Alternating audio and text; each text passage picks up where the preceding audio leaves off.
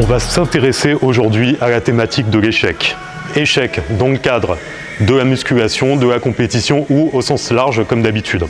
Pour rester dans le domaine de la compétition, on peut parler d'échec par exemple au cours de notre préparation quand on visait telle condition physique et on n'a pas réussi à l'obtenir, tel body fat en fin de prépa et on n'y est pas arrivé.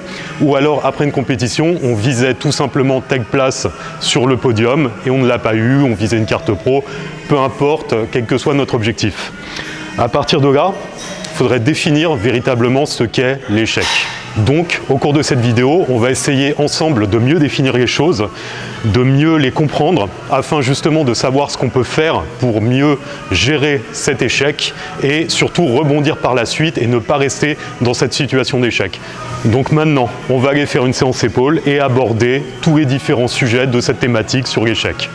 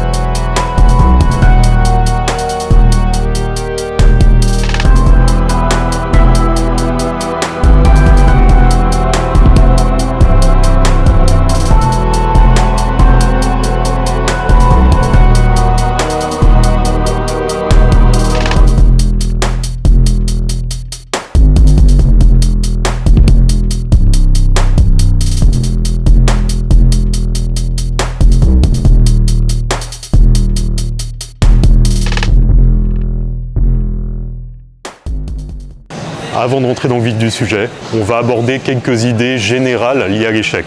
Tout d'abord, on va penser au champ lexical qu'on utilise. On va commencer par arrêter d'utiliser le mot échec qui a une connotation vraiment négative. On va le remplacer par le mot challenge.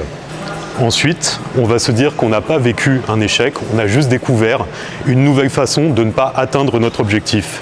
Donc, se dire par extension que c'est une occasion d'apprendre quelque chose. Alors, comment savoir si nous venons de vivre un véritable échec ? Alors j'ai abordé cette idée plus d'une fois, mais déjà réfléchir à notre pourquoi. Parfois on va considérer quelque chose comme un échec, alors qu'au final, si on réfléchit à notre pourquoi, qu'on le définit plus précisément, on va se rendre compte que cet objectif ne nous tenait pas tant à cœur que ça. Ce qui fait qu'on ne s'est pas donné à 100% pour l'atteindre, et donc on ne peut pas considérer ça comme un véritable échec. Ensuite, c'est important d'observer attentivement nos ambitions.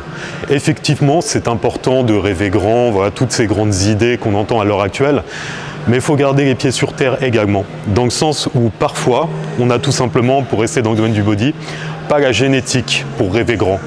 Donc à partir de là, si notre ambition, par exemple, c'est de devenir Olympia, alors que dès le début de notre pratique, on voit qu'on ne fait pas de muscles, qu'on a d'énormes difficultés à sécher, qu'on n'arrive pas à construire de la masse avec, entre guillemets, une certaine facilité, ça va être très très compliqué. L'élite demande une génétique. À partir de là, si on se rend compte au cours de notre parcours, évidemment après avoir expérimenté plus d'une méthodologie, mais qu'on se rend compte que quoi que l'on fasse, on est à des années-lumière de notre objectif. Au bout d'un moment, il faut accepter aussi les choses, il faut accepter la nature, ne pas aller contre elle et tout simplement réaliser que cet objectif ne nous correspond pas forcément. Après, on peut toujours trouver un autre moyen de se rapprocher de cet objectif d'une autre façon. Par exemple, pour rester dans le domaine du body, parfois on peut se rendre compte qu'on n'a pas le potentiel en tant que compétiteur pour aller sur la scène d'Olympia, mais on peut parfaitement bifurquer dans une autre direction, par exemple devenir préparateur physique et préparer des athlètes pour l'Olympia. Et ce serait une manière entre guillemets détournée d'atteindre notre objectif et qui pourrait nous satisfaire tout autant, voire plus. Et enfin, le dernier point, c'est se méfier de notre environnement. Souvent, ça part d'une idée bienveillante. C'est quelque chose qu'on voit beaucoup sur Insta, dans le sens où on va poster des photos de son physique et les gens, nos proches, les gens de notre entourage, même notre famille, les gens qui nous aiment évidemment, vont nous dire qu'on a le potentiel pour. Ils vont dire qu'on a un très bon physique, on a parfaitement le potentiel pour atteindre notre objectif. Or, ils ne sont pas forcément conscients de la différence de niveau entre nous et ce qu'on vise. Et donc, ils sont là, évidemment, ils veulent nous pousser, ils veulent nous tirer vers le haut, ils veulent vraiment qu'on croie en nous pour y arriver. Encore une fois, c'est bienveillant. Mais ce qui fait qu'à force d'entendre ce genre de choses, on commence à croire quelque chose qui, au final, n'est pas, encore une fois, atteignable pour nous, parce qu'on reste toujours dans le domaine du body, mais on n'a pas la génétique pour ça. Donc c'est important de garder un certain recul par rapport à quelque chose que j'appelle souvent le bruit du monde, même quand il est positif, parce que notre entourage n'est pas forcément dans le même milieu. Ils nous voient juste de leur vision par rapport à l'environnement de gens normaux, donc ils n'ont pas cette vision liée au body. Et donc, évidemment, par rapport à eux, notre physique est hors norme, mais par rapport à nos normes liées à l'objectif que l'on vise, on est à des années-lumière de ce qu'on vise. Et pareil, ils n'ont pas conscience de ces notions de génétique. Donc, il faut toujours essayer de garder la tête froide par rapport à tous les encouragements qu'on peut entendre autour de nous.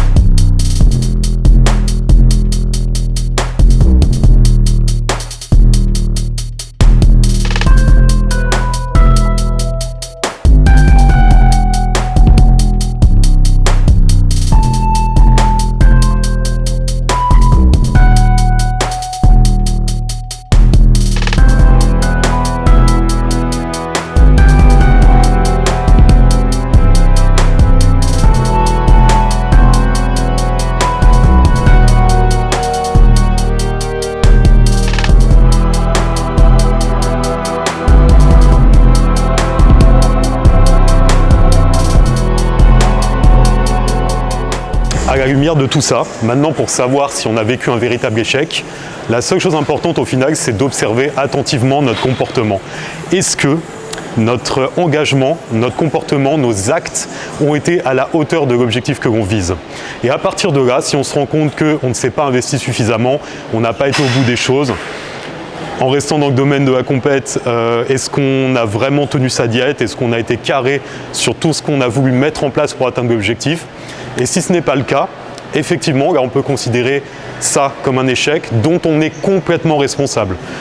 Il faut sortir de la déresponsabilisation, de la victimisation très tendance, parce que si on prend ce temps pour regarder objectivement notre comportement, c'est là que très souvent le bât blesse.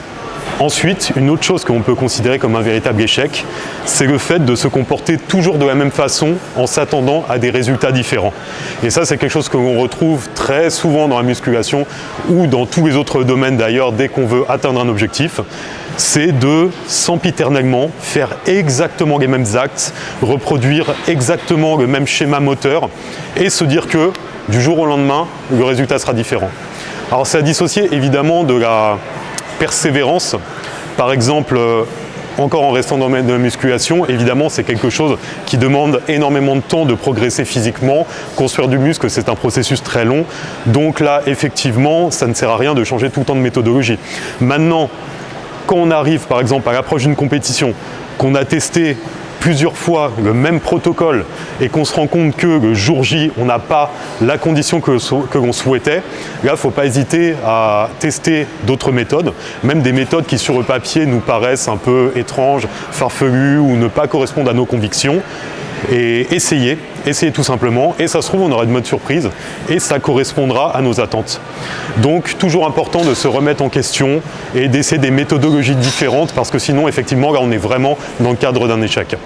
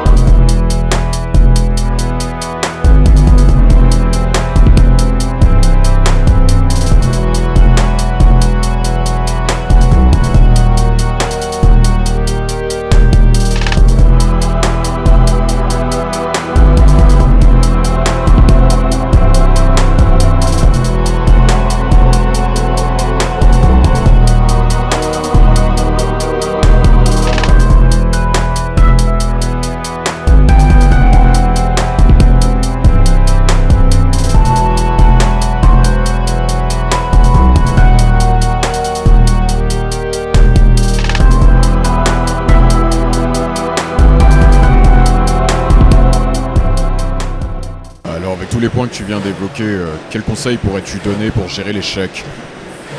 Alors on va commencer par une idée qui vient du stoïcisme, mais l'acceptation. À quoi bon se prendre la tête sur quelque chose que l'on ne peut changer? Ça a été fait, voilà, on n'a pas réussi à atteindre notre objectif. Maintenant, ressasser sempiternellement cet échec, se plaindre, faire la victime, ça ne va rien apporter du tout. Donc c'est important de faire un travail d'acceptation, d'observation également, voilà ma part de responsabilité dans le process, où est-ce que j'ai péché, où est-ce que j'ai mal fait les choses, accepter la situation et ensuite passer à l'étape suivante. Et l'étape suivante, qu'est-ce que c'est? C'est l'apprentissage. Je l'ai évoqué précédemment, mais donc observer ce que l'on a fait, ce que l'on a mal fait, ce que l'on n'a pas fait, et en tirer des conclusions, en tirer des leçons, un apprentissage. Et à partir de là, faire évoluer notre comportement en fonction de ce qu'on a analysé. Donc, mettre en place de nouvelles actions, une nouvelle façon de faire, de nouveaux processus, et s'y tenir jusqu'à notre prochain objectif. Et ensuite, dernier point, alors c'est vrai que c'est délicat dans notre société parce qu'on a un héritage culturel et sociétal qui font qu'on a une honte de l'échec. Pourquoi? Parce que système scolaire, les notations, on nous met de mauvaises notes, on la donne aux parents, c'est la honte. En fonction, eux, de leur éducation, ils vont nous rabaisser, ils vont nous comparer aux autres. Donc c'est tout un ancrage dès notre enfance qui fait qu'on fuit l'échec, on en a peur, on se sent mal par rapport à ça. Mais nous ne sommes plus des enfants.